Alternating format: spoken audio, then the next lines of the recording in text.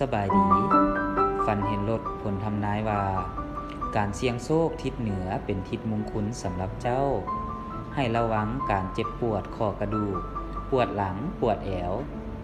มีเหตุวิกฤตเกิดขึ้นเล็กน้อยเฮ็ดให้กิจวัตรประจำวันบ่ราบรื่น